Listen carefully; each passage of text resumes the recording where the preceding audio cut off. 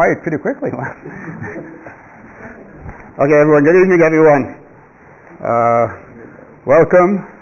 I have to say that this is sort of a challenging thing for me to do. It's not my typical talk. I sort of I tend to wing it sometimes. This is I'm talking about somebody who was very close to my heart, very, very special. I don't feel eloquent enough to talk about him. He was far more eloquent than I am when he couldn't even speak. So I don't really have the words to really talk about him, but I feel I have to do it. And it's thank you all for being here. It's a very diverse crowd, people of all different Jewish backgrounds, which is beautiful, which should make Yehuda very, very happy. Yehuda loved every single Jew, and he did have a special place in his heart for people who didn't go to day school and at some point in their life decided to embrace their heritage or learn more about their heritage. So he would love every single person here, and so I'll try to do justice. Now, two names that you have to know. Obviously, Yehuda is my nephew that we're discussing, and Shendel is his wife. Shendel is my niece. My little tiny niece, who's now became a world famous, very special woman. Actually, I was going to say it later on, but I'll tell you now because I can't resist. Shendel was the first grandchild in our family. She was born to my sister, and one of my earliest memories as an uncle goes back when she was probably 5, 6 years old, I think, and her parents came with her for Shabbos to my parents' house. At the Shabbos dinner table, what do Jews do? They eat and they schmooze, and they do a little learning also. So the family was sitting around the table and we were schmoozing, and I had a Torah book in front of me. I was reading about the weekly Torah portion. So I would be looking in the book, and then once in a while I'd pipe up and talk about, jump into conversation.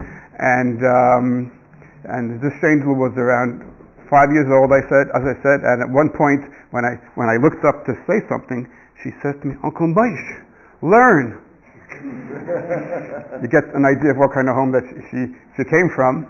But I've said many times since then, including at family simchas, at happy occasions, that when she said as a little girl, "Uncle Moshe, learn," I never dreamt that her words could be interpreted as "learn from me," because she became a woman that has inspired with her husband so many people all over the world, Jews and even non-Jews, that I did learn from her. So my cute little niece, Shendel, she'll be angry at me, but I have to mention her. Just a little background. Some of you know about Yehuda to some extent because you know me, and I talk about it very often. Basically, Yehuda grew up a regular guy. Sometimes you talk about a great person, and it's hard for us to relate to that great person because this great person was, came from a different place, and maybe they lived in Jerusalem in this special religious, spiritual bubble, and we can't relate to that. He was just a regular guy. He grew up in Minneapolis, St. Paul. I was going to say that he was a hick, but some people actually are from there, so I got to be careful. But he was a hick, and obviously, and his family were from the pillars of the Jewish community there, and he was just a beautiful, sweet. He was a sweetie. He was a sweetie even before I knew him. Sweetie from the day I met him. People have told me that his friends that he never said a word of lashon hara, a word of gossip, a bad word about somebody else. You never ever heard him say a bad word. He just had this positive perspective on things, which obviously helped him. And he was athletic. He loved camping. And he wasn't a guy that he did a lot of study of Torah. He didn't sit over his whole life over a Talmud and became this great spiritual person. He's a regular guy who studied. He became a rabbi. He got smicha ordination in one of the greatest yeshivas in the country. But he was just a regular guy, and he became great. He was fun loving. He wanted to teach. His passion in life was to teach Jewish children, to teach Torah to Jewish children. So after they got married, they lived in New York, and he was a master teacher. He used to prepare every lesson, and every word was calculated. And he taught at one of the day schools in New York, like eighth grade, I think, in New York, one of the respected schools. The top of the world, the dream of every rabbinical student to become a rabbi, teach eighth grade in a school in New York. So you live in New York, you have all these kosher restaurants and bakeries and everything under the sun, and it's great. He decides that he wants to live in a small town. We tried Chicago, and he was such a hick. Chicago's too big, So they moved to Ottawa because there was a position available, Ottawa, Canada. Position available for a teacher in a day school. The students in that school were primarily from non-religiously observant families, and he wanted to teach them and inspire them about Judaism.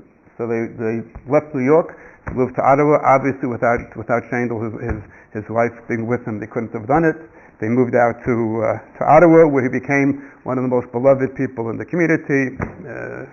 Rabbi Simes, the kids, Rabbi Simes. He knew how to relate to these kids and was just a wonderful, wonderful teacher.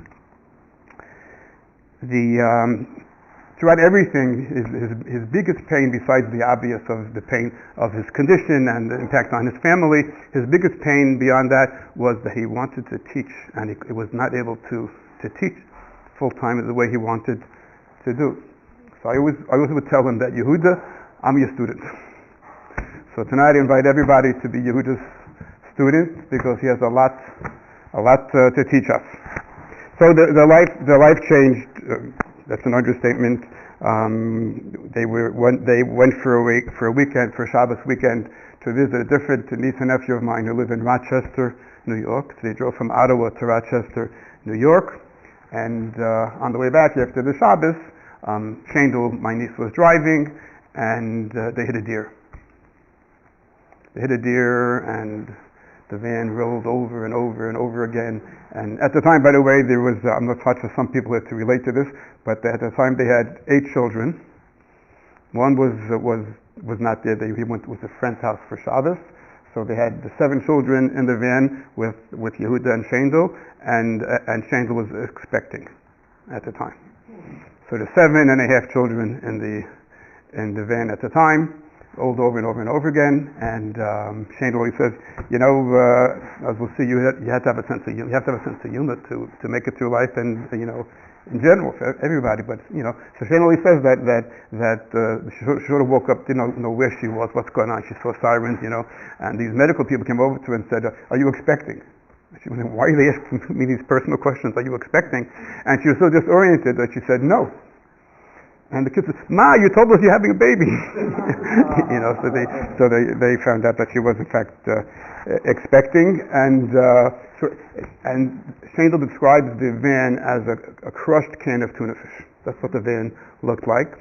No one could believe that anyone came out, and everyone came out unscratched, except Yehuda. So the 7 children came out unscratched. Shandel, I think, had a broken rib or something. The baby was fine, and Yehuda was. They couldn't get him out. They had to get the jaws of life to come and pry him out of the van. They took him to a trauma center in Syracuse. By the way, the first thing that Yehuda said to Shandel was, get people to daven, get people to pray, because he sensed that it was very seriously. And the first thing that came to his mind was get people to pray. And throughout the next 6 years, there was no question in Yehuda's mind that the miraculous progress he made and his survival was due to the fact that Jews all over the world davened, prayed for him. People who pray every day added him to the list. People who don't pray prayed for him. And there was just tremendous amounts of prayers and Jewish growth, and that there was no question in his mind that was the source of his strength. Yeah, it's just the beginning. The first doctor that they encountered in this trauma center in Syracuse, I don't remember whether he said it explicitly or implied to them, sort of said, "Don't bother. Nothing's going to be. Just don't bother." So keep that in mind as we discuss Yehuda and how diminished the world would have been had that doctor had his way. To be fair to the medical establishment, the second doctor had a different attitude, and he asked Yehuda, because Yehuda was conscious and his mind was totally clear, and the doctor asked him, "What do you do?" And he said, "I teach." He said, "You could teach in a wheelchair too," to a different perspective. So they told Shendel that her husband has level C4 or C5 spinal injury. I don't know if that means anything to anybody, but it's a lot worse than 1, 2, or 3, and it's very, very severe. And Shendel asked if he'll be able to walk, and they just looked at her, didn't answer, and they weren't sure that he'd be able to ever even breathe on his own. So they named Yehuda Pinchas. He was named Ben Asna. His mother's name was Asna. Became around the world, people were prayed for him. In fact, when he passed away, I happened to be in one of the local synagogues for daily prayers, and this fellow who prayed for him for years and always asked me, "How's he doing? How's he doing?" You know, I told him that he passed away, and he literally cried. And I never met him. I felt connected to him. People all over the world prayed for him, and initially they Yud and Sage searched around for quadriplegics, hard word to say, that with serious injury for support, inspiration, and for hope. And they said to the doctor, "We can't find anybody with a C4 level injury." And they said because most people with C4 injury don't make it. So there was no couldn't find anybody that had the similar challenge. Right.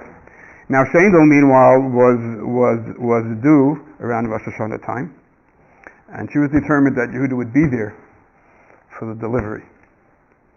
So she switched over to the hospital in which Yehuda was staying. He was in acute care, and he's obviously hooked up to a million different things, including a respirator.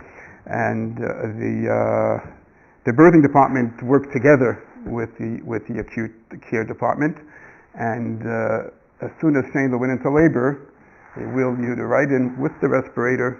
He came into them just enough time for the baby to be put into his arms. What that means to somebody, you think about that original doctor, what that means to somebody to be able to hold that baby, right, for the first time. And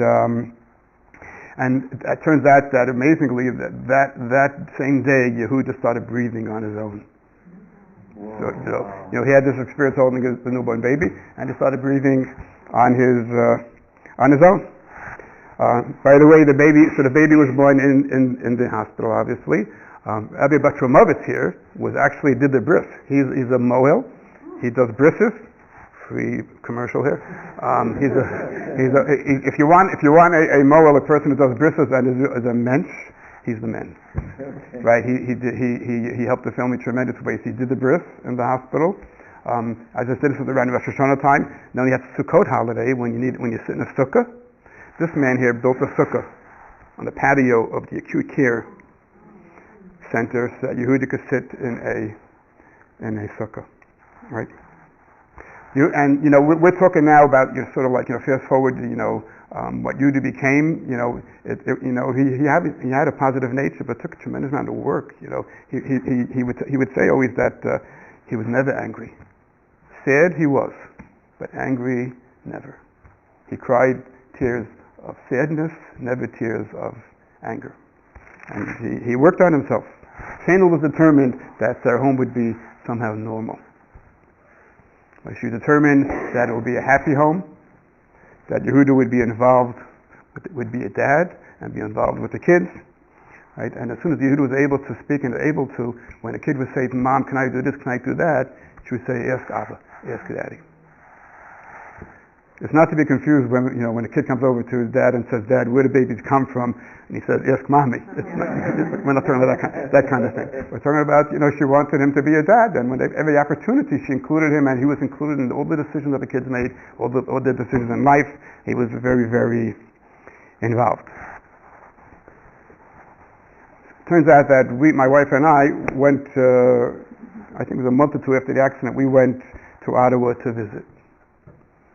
Right, and obviously it was not a typical vacation, but it was an amazingly inspiring visit.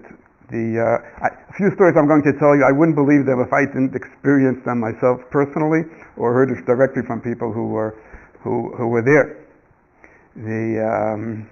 I think it said in the flyer, you may cry a little bit, you might laugh a little bit. I think get ready to laugh. This was like a month or two after the accident. And he was hooked up to all kinds of things. I have no idea what when there was a respirator, all kinds of other stuff. and they had a meeting with the doctors right in his room about on what level one of the things should be set. So one doctor says, I think it should be set on 20. Another doctor or a nurse said, I think it should be set on 30. What does Yehuda say? Do I hear 40? A man who just learned that I'll never walk again. Right? So, do I hear 40? Besides the fact it was actually a very good line, but a sense of humor, right? And the baby that was born was named Chanoch after Yehuda's mentor, his spiritual mentor, who was the head of the yeshiva in which he studied. His name was Chanoch. And this rabbi would be known, he'd come into the yeshiva every day, go into the office and says, who has a good joke? Because he wanted to teach people that you need to be able to laugh to survive life. I always tell people the Jewish people have ceased to exist 3,000 years ago if we didn't have a sense of humor. You have to be able to laugh. The boys would ask this rabbi, what should I look for in a wife? He'd say, sense of humor. That's right up. That's right up there. Then while we were there, they were arranging for the kids to see their father for the first time since the accident. So you can imagine that's an extremely emotionally charged experience, both for Yehuda and for the kids. They're going to come for the first time, see their dad and hooked up to a million different things, and not able to walk or really actually move below the neck at this time. And so there was discussion how to make it as doable as possible for the kids. So we don't remember actually whose idea it was. I thought it was my wife. My wife thought it was a relative of Yehuda, a very close relative. And someone came up with the idea that let's make an ice cream party. Instead of the kids just coming on this, official visit to see their dad for the first time, let's make it fun, make it an ice cream party. So my wife and I were given the important, crucial role of getting the ice cream. So we went to the supermarket in Ottawa to buy ice cream pops. And we were told exactly which kinds to get, and we had looked for the kosher certification, and there was plenty. So I would not believe this again if I didn't hear it myself. We're in the supermarket looking for the ice cream. We get a call from Shendel. And Shendel says, important message from Yehuda. Getting ready for this? He's getting prepared to see his kids for the first time. 8 kids who haven't seen him since the accident, right? The emotion involved in this meeting, preparing for this meeting. What was his message? Make sure you get enough ice cream for the nurses. Well, good for him. First message, right? And good for us that you hear about a person like this. It's good to say good for him, but we need to say good for us. We need to think about that. He taught us a lesson. It's right. When he said he wants to be a teacher, I said he's a teacher. He's a teacher, right? So just to imagine what was going through his mind, the emotions going through his mind, and preparing for this meeting, and to worry about the nurses, to think about the ice cream for the nurses. I say, I'm not going to schlep ice cream for the nurses, but he said it. So we bought the ice cream, right? And it was very, very moving. Each kid came over individually and kissed their father, and he hugged him, etc. And it was very beautiful, very touching. And then they had ice cream, right? Now it turns out that there was more ice cream than they needed. Not for the kids, between the kids and the nurses, there was still leftover ice cream. So what did the Yehuda's kids do? They were walking through the hallway of the acute care center in this hospital in Ottawa, giving out ice cream pops to every doctor and nurse that they saw. Good for them, right? Now this is a very crucial lesson, because didn't tell them give the leftover ice creams to the nurses. He didn't say a word to them, right? But they got such a profound lesson from their dad. They saw how important this is to their dad to be a giver, that they on their own intuitively just went through giving out the ice cream pumps. Right? And this tremendous lesson, because Mark Twain used to talk about, like rabbis need this message sometimes, keep things short. Mark Twain used to say, no sinner ever repented after the first 10 minutes of a sermon. Like, just stop, And kids don't listen to sermons, right? Kids listen to what they see. Right? Every kid knows how to tell what's important to their parents. When the Cubs were in the World Series, there was a story in the paper about this guy went to his father's grave to watch the game there because he knew that his father would want to watch the game with him. He knew what was important to his father. He knew that watching the World Series is important enough that he'll sit by his grave and watch the game. Yehuda's kids knew that giving out the ice cream to people who are helping is what their father wanted. Kids are very, very good at reading their parents. They know exactly what's important to us and what's not. Those words, get enough ice cream for the nurses. You think about people, eloquent words like, people think about, Martin Luther King, I had a dream, or John F. Kennedy asked not. These words from the Yehuda in that state in which he was, get enough ice cream for the nurses is profoundly eloquent. And again, we sat there and I wouldn't have believed it if I wasn't sitting there. Around that time, he started talking about his situation, and he said something which also became, he was interviewed in Ottawa TV. He was when he passed away. There was the whole segment on him, and I think it's called Canadian something or other, which is supposed to be like the 60 Minutes here in America. Like millions of people watch it, and so these words became sort of famous around the world, right? Yehuda would say, again, in a sense, he would say, this body thing, it's overrated. You can never in a million years say this to somebody who is in that situation, but Yehuda could say, this body thing, it's overrated. Sometimes when a person has a challenge like this, if they define themselves by whatever, playing tennis or whatever it might be, and they can't play tennis anymore, then who are they? Right? He said, I am the exact same as I was before the accident. Before the accident, I was an neshama, a soul, something of the godly within every human being. I was an neshama, and my body worked. Now I am a neshama, a soul. My body doesn't work.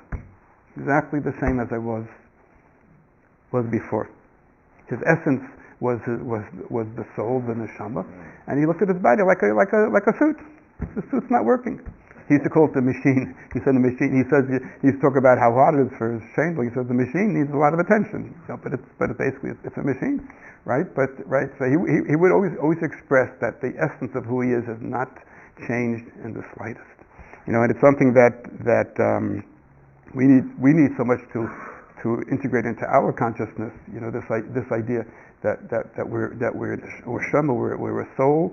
He used to write. He wrote that he spent all his adult years before the accident studying Torah, working on his spirituality, right? To assimilate this concept, because he knew it intellectually that he's a soul. He's a soul, right? But he worked on integrating it into his consciousness, right? I also know this. I used to teach this all the time that we're not just we're a soul. We're not just a body with a soul. The essence of who we are is the soul. I would teach this all the time, but you can teach it, but when you can really work on assimilating it into your consciousness, which is what Yehuda did, and it's so crucial that we do that. I always think about this.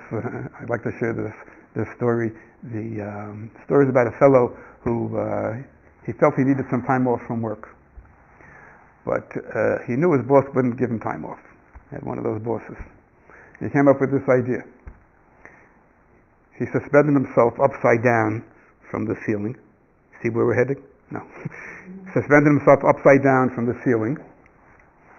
And the boss passes by and says, what's going on here? He says to his boss, I'm a light bulb. He said, you better go home and get some rest. So it worked. Right? Meanwhile, the guy in the next cubicle starts walking out to the door, and the boss says, where are you going? He says, I can't work in the dark. So it's a cute story, right? It's a cute story. At the same time, I think that we should take out from that story that when we know that when someone thinks they're a light bulb, that detached from reality is tragic. If a person thinks they're a light bulb, right? Right. From a Jewish perspective, if a person thinks they're just a body, just a machine, and they don't realize that there's a spiritual part within them, it's as tragic and as pathetic as someone who thinks they're a light bulb. Either you're a light bulb or you're a machine.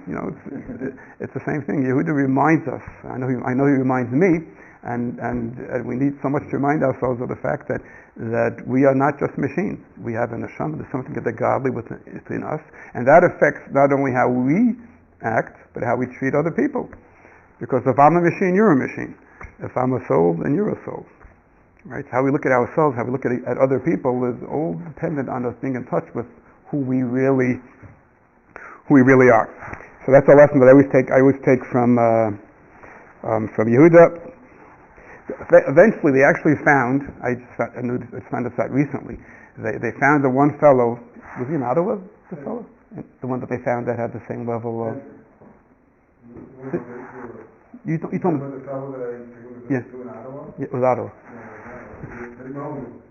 No, there was a fellow. They found a fellow in Ottawa with the same level of spinal injury as Yehuda, the only person that they ever found.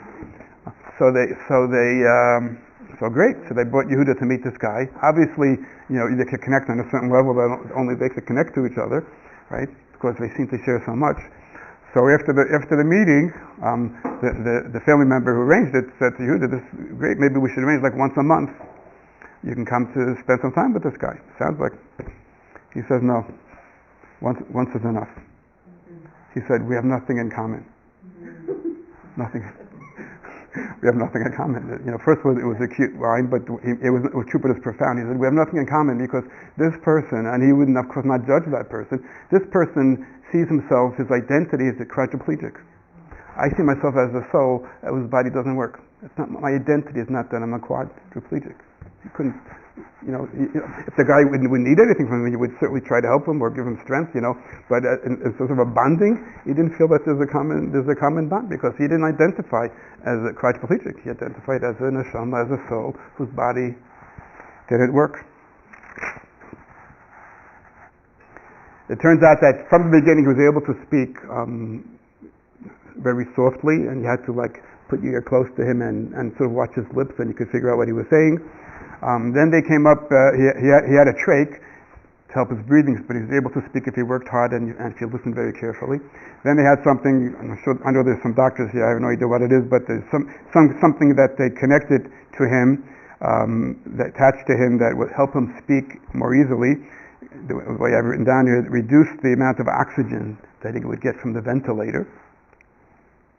It means he would work harder to breathe, but also more oxygen would go into his larynx. Make sense, Doc? Am I butchering it? Basically, it was something that they made him, he had to work harder to breathe, but because of that, if he worked hard, he could speak more clearly. So they had this thing and they put us in for the first time. And, okay, so here's this Yehuda. He's been struggling to speak, to express himself. It's very frustrating that you want to speak and you can't express yourself. So finally, if he works hard enough, he could speak. Okay, what does he say? He says, "I want to thank all of you for helping me overcome this challenge." Wow, good for him. I'm happy you're here, boy. Upbeat. That's good. He's a good guy. You should keep him. Again, here's a person. He has a first opportunity to say something that'll be audible and express himself, and he thanks the people around that are helping him. Right? We all know that there are thank yous that we haven't given. Right? We owe thank yous to people. There's too much going on. We're too busy. Sometimes it's hard to say thank you. Right? I think if we think of Yehuda, there's a lot going on in his life. A lot going on. Right? It was very hard to say thank you. He said thank you, and it was intuitive. It was almost like an instinct on his part because he became that kind of person, and it didn't start. My wife kept pointing out to me, and she, of course she's correct, that she was very happy because at the funeral when people spoke, they all spoke about the fact that before the accident he was a really extraordinary person. The accident brought out even more of his greatness, right? But this is a result. It's not like after the accident he became the super sensitive guy. It's just a result of all the growth and all the study and all the working on himself that he went through. So as I said, when we think that it's too hard to say thank you, or it's too much going on, think of Yehuda, right? And say that thank you. A later visit, I think a year or so later, we came again, and I know some people have heard this from me because I talk about this all the time. And I told the story on Rosh Hashanah. We have a service here on Rosh Hashanah for people who are not regular daveners, prayers, and instead of a full service, we pick some of the meaningful prayers and we discuss them. So one of the things that we do is the Shema, the declaration, fundamental declaration of Jewish faith. So on Rosh Hashanah, I would always tell about this visit to Ottawa when we went to see Yehuda, right? And it was a time when he was regaining some use of some movement in his hand. Until this point, he was not able to move anything below his neck. He couldn't move his hands, right? So some of you may know that when we say the Shema traditionally, what do? We cover our eyes, right? So he was not able to do that, right? So we would have somebody that would come every day, to turn the pages in the siddur in the prayer book for him, and we got the Shema to lift up his hands to cover his eyes, to say the Shema the proper way to say it, right? So at this time, he reached a point where he was able to lift his hands himself. Right? And I was right there. He said to me, Uncle Moshe, he says, for the first time since the accident, I was able to lift my hands myself to cover my eyes, and I cried rivers of tears.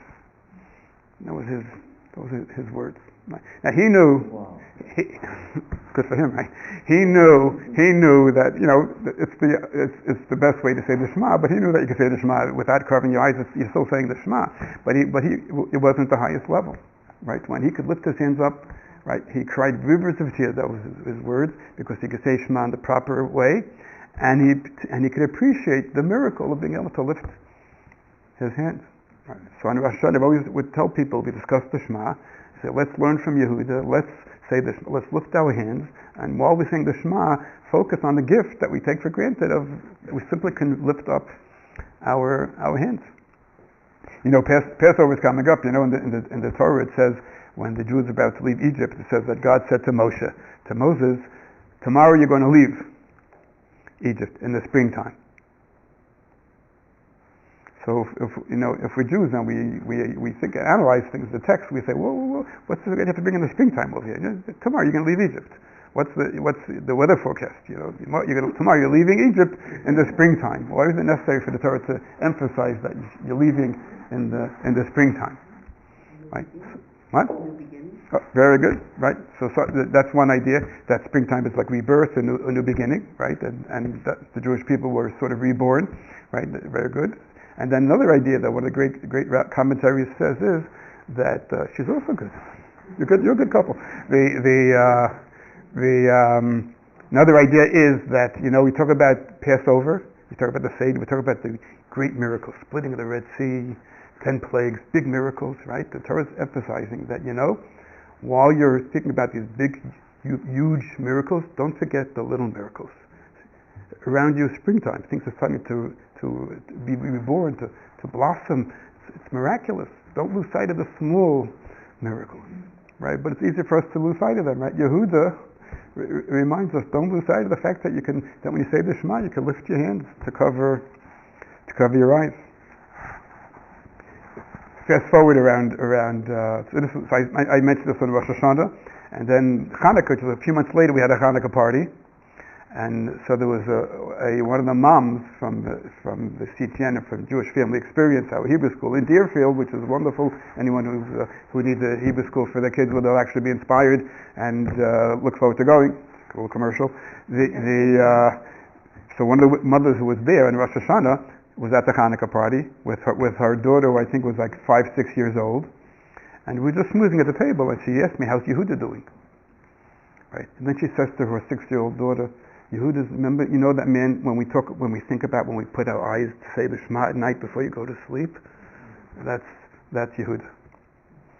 So Yehuda was a person that was able to inspire rabbis, scholars, and 6-year-old girls, because you can tell about somebody special, So around that time he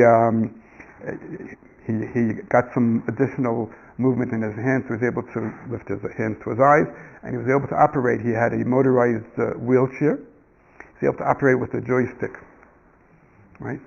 And not only was he able to get around, he would give his kids rides on a motorized wheelchair, right? And that word joystick, that was a joystick for him, because he relished it. Him and the kids, they relished it. I don't know why I'm not sure why they call it a joystick, but in this case, it earned its name. It was literally a joystick. Right.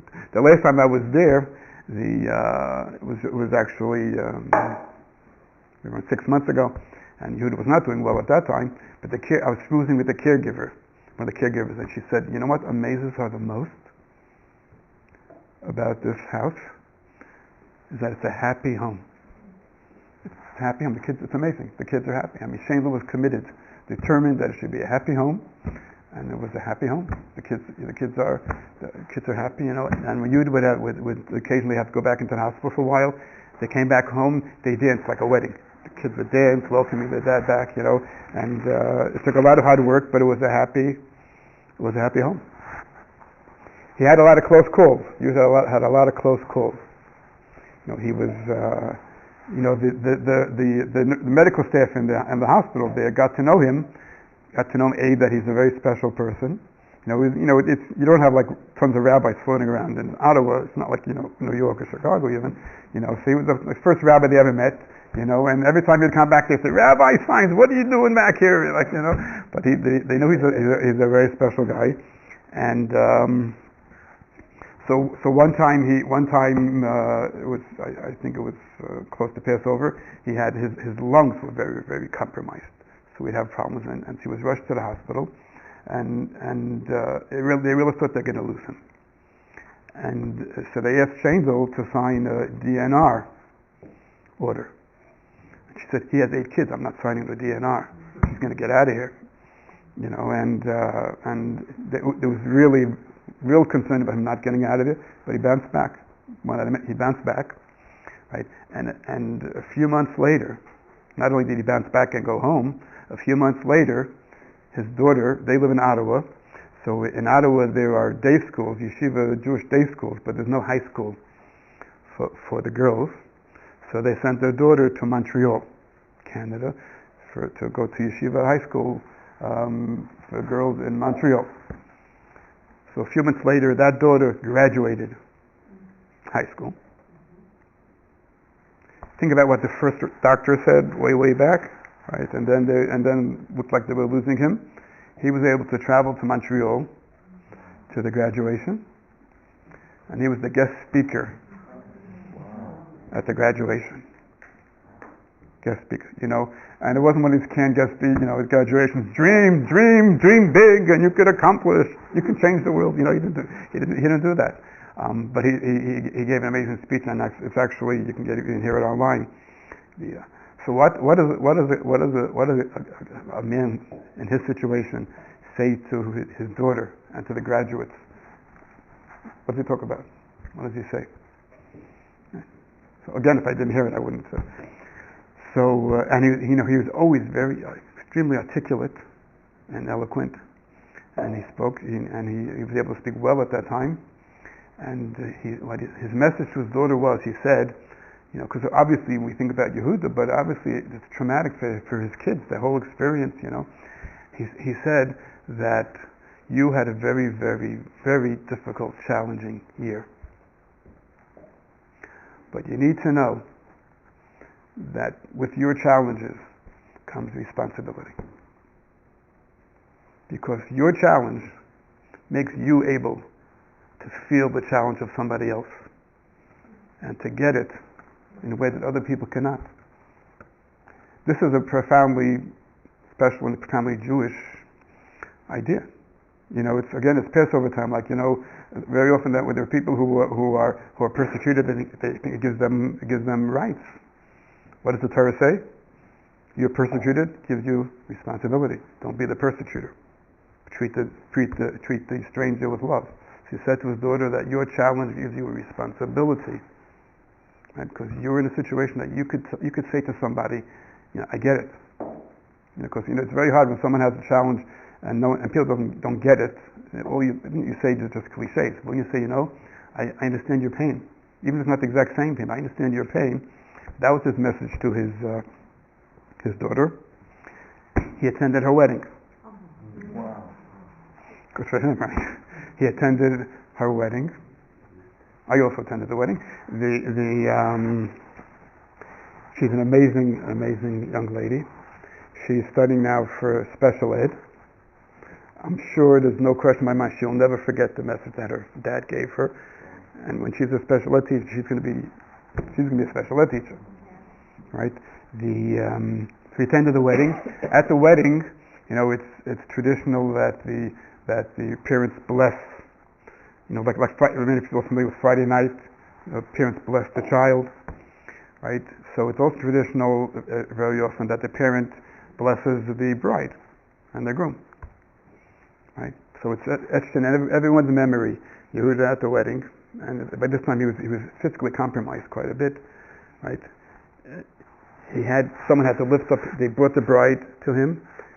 Shanda lifted his hands up, because when you bless the child, you put your hands over the head. His hands were lifted for him over her head, and he blessed her. Right? And there's no way to describe what that moment was like. Right? And besides just the joy of leaving to see the wedding, there's a sense that I had that he's blessing her with the consciousness, awareness that she's going to transmit his values. Right? To have that satisfaction. She married a wonderful guy. At the funeral, there were many very prominent and eloquent, articulate rabbis spoke beautifully about Yehuda, and this young lady's relatively new husband spoke. He's a rabbinical student in yeshiva there, and he got up and many people, including myself, thought that it was the most beautiful eulogy. He just got up and said, "I don't know what I did to deserve to marry into this family."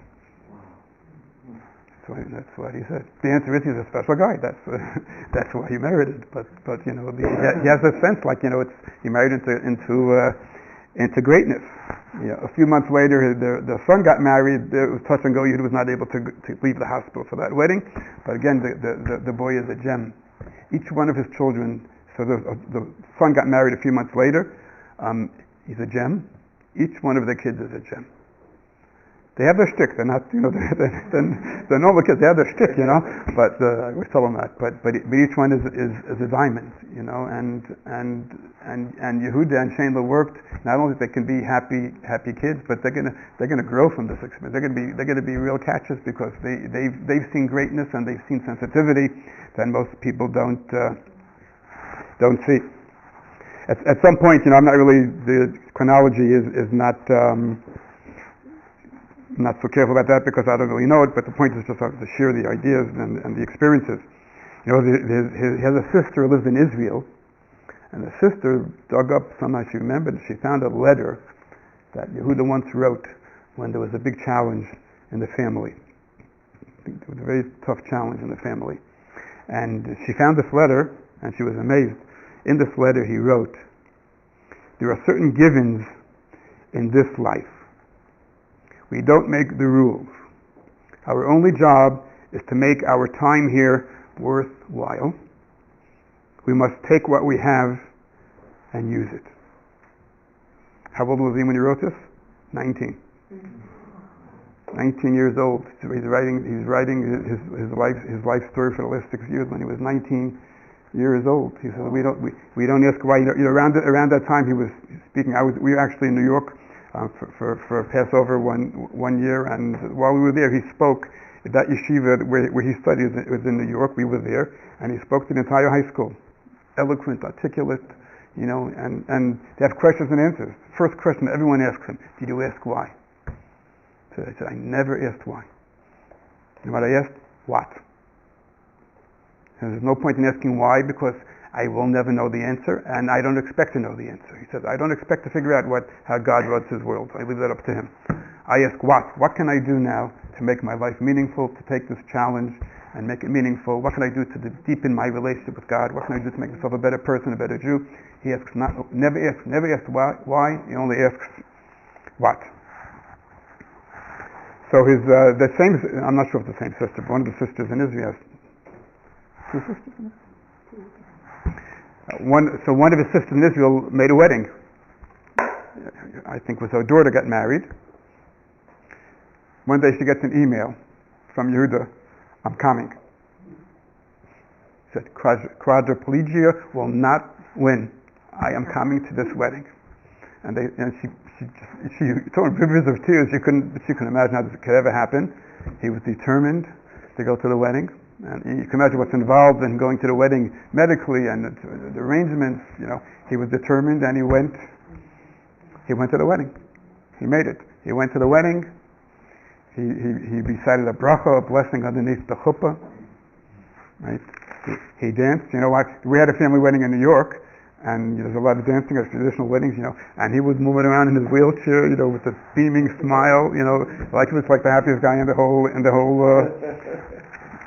room. He was determined to go, and he went. When he came back, unfortunately, he had an infection, which I think perhaps got it in the Middle East. And he was in a very, very compromised physical condition. The doctors said that there were like 3 major things. He had this infection and 2 or 3 other major things that were wrong, and any one of them could have killed a healthy person. And he bounced back. He bounced back. The doctor said it's a miracle. They know there's Rabbi Simes. God is involved. They can't figure it out. So for the last year or 2, his body was very compromised. Right? He was still the same. He would say originally he was a soul with a body that worked. Then he was a soul with a body that didn't work. Then he was a soul with a body that's breaking down. But he was still the same. Right? Shandel told me that she would ask him occasionally, "Are you ever going to give up?" He said, "Never." No, they would go. She said he just was happy. He was so compromised, but he was happy.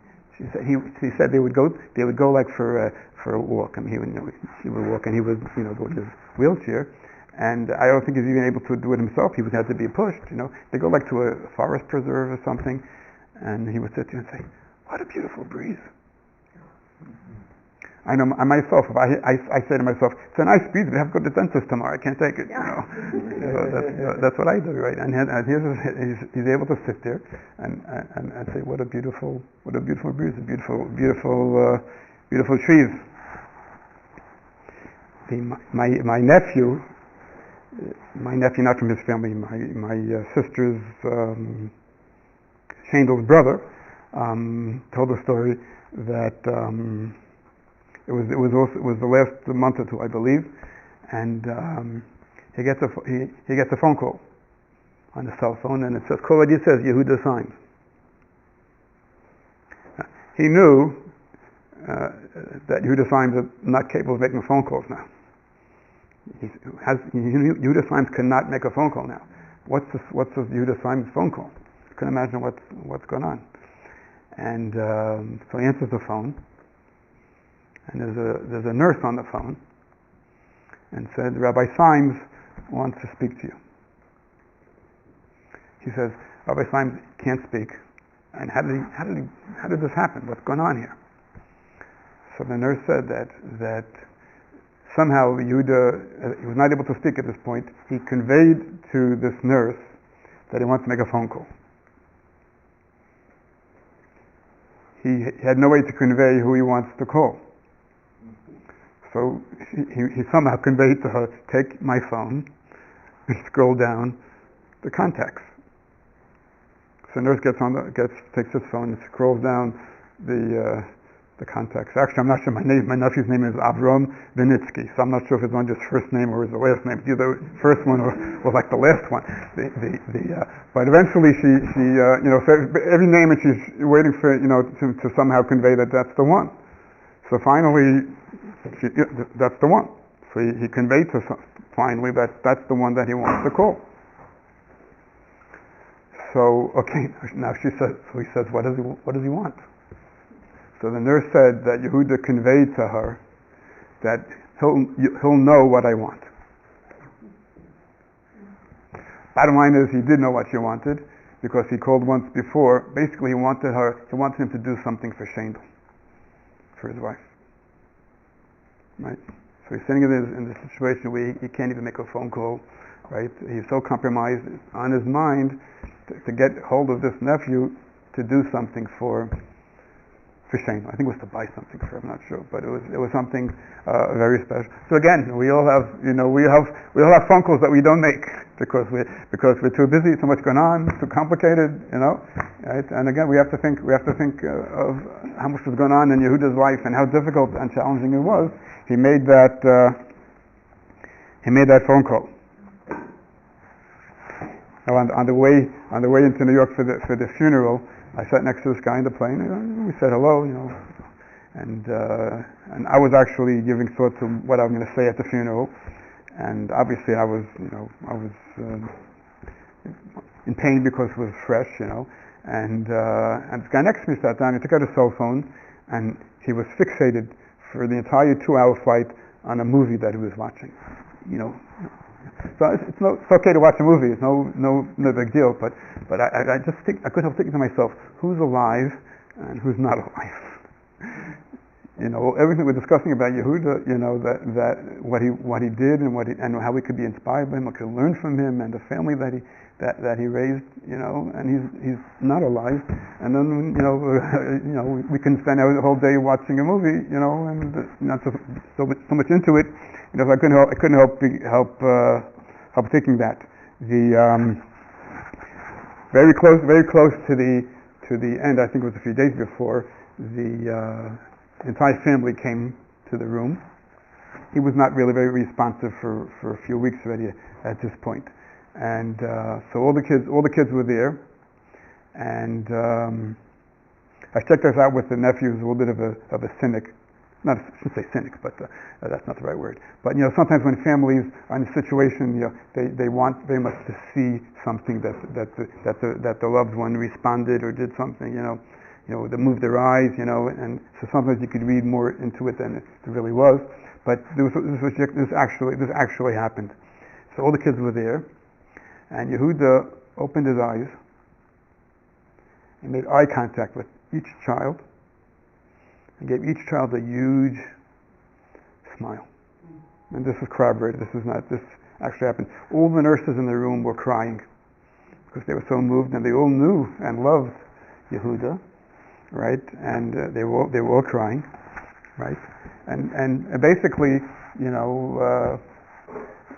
don't know what's going through his mind, but what I feel is that obviously any parent could you sense that you're leaving this world and you get a chance to see your kids for the last time, right? But I also feel that he had this tremendous sense of satisfaction. Today we live in a very, very crazy world. What's going to be with our kids? Who knows? Will my kids have my values? Will they have different values? Will they be pro-Israel, anti-Israel? Who knows? Will they want to get married, not want to get married? Will they want to have kids? Nothing is taken for granted in today's world, right? But to be able to leave this world conscious and confident, which he was, that every one of his kids is going to perpetuate his values, because his values are not his values. He taught them our Torah values, right? He had total confidence and total peace of mind that they're going to all continue his way of life and his values. And I can't help thinking that again, from his perspective, he looked at it, he was originally a soul that had a body that worked, then a soul had a body that didn't work, then a soul had a body that's breaking down. Now he's a soul without a body. Right? That's how I'm sure that's how he looked at it. I want to share one thought about, because Passover is coming up, and I'm going to wrap up, but then I'm going to have something else. I'm going to wrap up, but then I'm going to start something else, keeping suspense. That at the Seder we obviously talk about matzah, right? So matzah, if you think about it, we talk about matzah. We talk about this. We say this is the bread of affliction, the bread of poverty that we ate when we were slaves in Egypt, right? Then we talk about the fact that we left Egypt, we became free, and when we left, there was no time for the bread to rise, so we ate matzah. It's like a symbol of our freedom. So which is it? It's our poverty and our enslavement, and then it's also sort of symbolizes our freedom. What is it? We get different vibes. We say we get different vibes from the matzah. So many commentaries say one idea and then want to add something to it. Many commentaries say that because the point is that in the Jewish perspective on freedom doesn't mean you're free, now you're free to do whatever you want. Very often we see, even in our recent history, people who were persecuted, when they get freedom, it's anarchy. First of all, they take revenge against their oppressors, and then there's anarchy because they don't know how to deal with freedom. So in Jewish tradition, when we're free, we're still servants. Instead of serving Pharaoh, we serve God, and we have to live our lives according to what He wants us to do. But one great rabbi added something to it, which I think is very inspiring. He said, not only are we still servants, but we do the exact same thing that we did in Egypt. Why? In Egypt, what do? We laid bricks. We laid bricks in Egypt. He said, now we do the exact same thing. We lay bricks. It's not so obvious. Right? The difference is, in Egypt, we laid bricks for the glory of Pharaoh. When we went to Mount Sinai, got the Torah, we became a people that lay bricks to build God's world. Every time we do an act of kindness, we're laying a brick in God's world, because what God did was He told us what kind of world He wants us to be, and instead of programming us, He gave us the free will to choose to make it the kind of world He wants it to be.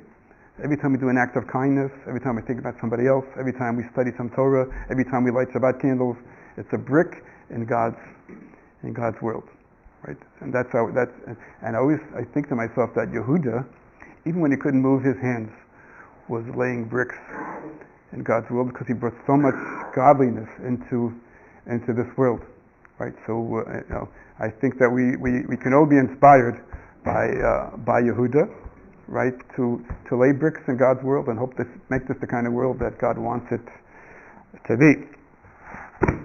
Finished. Okay, now we'll start again. So here's the idea here.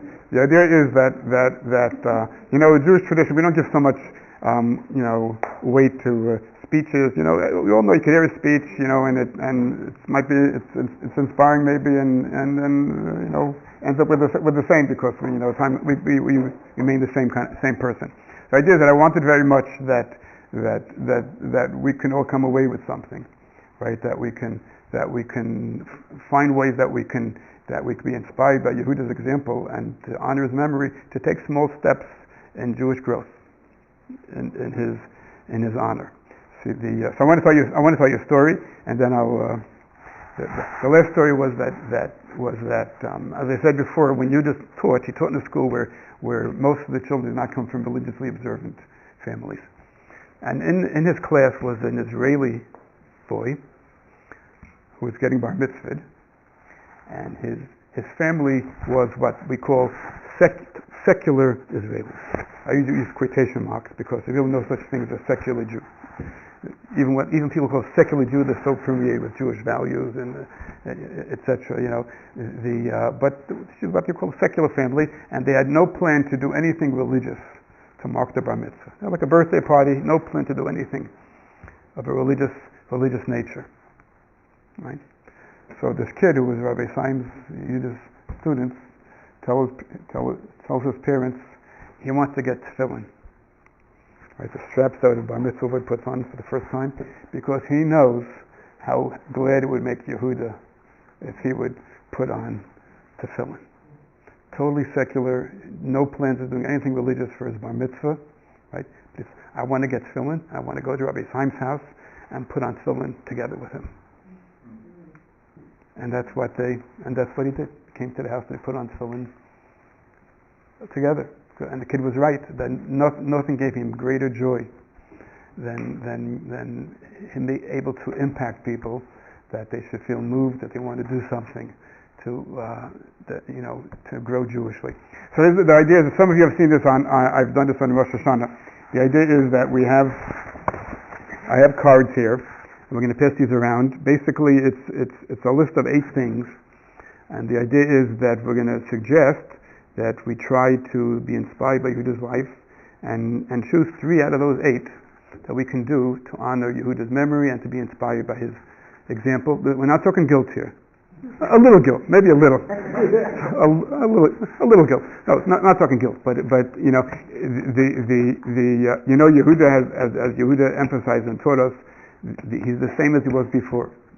He's not here today, gone tomorrow. He's the same soul. He's just not connected to a body anymore, and nothing could give his soul, which is his essence, more joy than to know that people are inspired by his memory to do anything, any small thing. Now, some of these things are things that some of the people, I said it's a diverse crowd, some people do them already. If you do them already, then just think about doing them with, more, I say Shema my whole life, right? But when I think about Yehuda, my Shema is totally different. So the idea is that we're going to pass these around, and you could circle some things that speak to you. And if you would just put your name on the card and leave it here, then we can concretize the steps you want to take, and and some people might even need some help, guidance in doing whatever the thing is, or a little friendly reminder, right? Nothing would make him happier or the family happier than that we should try to take small steps to grow Jewishly. Finally, if you want to do a real mitzvah, eventually you send me an email and you send a little note to Shendel that you were inspired by Yehuda, and you can't do anything better than that.